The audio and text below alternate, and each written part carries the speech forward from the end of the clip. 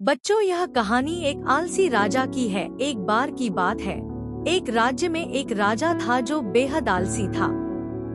वह सारा दिन बस 3 ही काम करता, खाना, सोना और आराम करना। उसकी इस आदत से राज्य के लोग बहुत दुखी थे, क्योंकि वह अपने राज्य के कामों में कोई ध्यान नहीं देता था। धीरे धीरे उसके मंत्री भी परेशान हो गए, क्योंकि राजा अब इतना मोटा हो गया था कि बिस्तर से उठ भी नहीं पाता था। दूसरी ओर दुश्मन राज्य के लोग भी अब उसका मजाक उड़ाने लगे थे। एक दिन राजा ने आईने में खुद को देखा और उसे अपनी हालत पर शर्म आने लगी। उसने सोचा, अगर मैं ऐसे ही चलता रहा तो मेरा सर्वनाश हो जाएगा। उसने पूरे राज्य में घोषणा करवाई कि जो भी उसे फिर से तंदुरुस्त बना देगा, उसे बड़ा इनाम दिया जाएगा।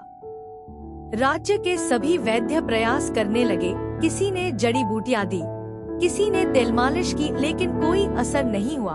उल्टा राजा और भी मोटा हो गया। किसी ने सलाह दी कि राजा को थोड़ा चलना चाहिए, लेकिन राजा को बिस्तर से उठने में भी दिक्कत थी। असल में राजा चलना नहीं चाहता था, वह बस चाहता था कि कोई जड़ी बूटी दे और वह बिना मेहनत के ठीक हो जाए। इसी दौरान एक दिन राज्य में एक बूढ़ा संत आया। जब उसने राजा की समस्या सुनी तो कहा, मेरे पास ऐसी जड़ी बूटी है जो राजा को ठीक कर देगी, पर मैं खुद दरबार नहीं जाऊंगा। राजा को मेरे पास चलकर आना होगा और मैं अपने हाथों से वह दवा दूंगा। राजा को जब यह बताया गया तो वह नाराज हो गया। पर मंत्री ने कहा, महाराज, यह आपका आखिरी मौका हो सकता है। कई दिनों की कोशिशों के बाद राजा ने खुद को बिस्तर से उठाया और सैनिकों की मदद से चलते हुए संत के घर पहुंचा। वहां जाकर पता चला कि संत तो बाहर गए हैं, कल आना होगा। मजबूर होकर राजा अगली सुबह फिर गया। संत ने उसे एक दवा दी और कहा कि अगले 1 महीने तक इसी तरह रोज आना होगा। राजा रोज चलकर संत के पास जाने लगा।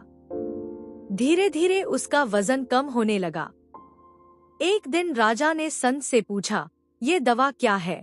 संत मुस्कुराया और बोला, महाराज, ये कोई दवा नहीं, सिर्फ सादा पानी है। राजा हैरान रह गया। संत ने कहा, आपकी सेहत मेरी दवा से नहीं, आपकी मेहनत से सुधरी है। पिछले 1 महीने से आप रोज चलकर मेरे पास आए, यही असली इलाज था। जब तक आप खुद नहीं चाहेंगे, तब तक कोई भी आपको ठीक नहीं कर सकता। इस कहानी से हमें यह सीखने को मिलता है कि मेहनत, संकल्प और आत्म प्रेरणा ही किसी भी समस्या का असली इलाज है। जब तक जीवन में कोई चुनौती या मजबूरी न आए, हम अपने आरामदायक दायरे से बाहर नहीं निकलते। परिवर्तन तभी आता है जब हम खुद से उठने का निश्चय करते हैं।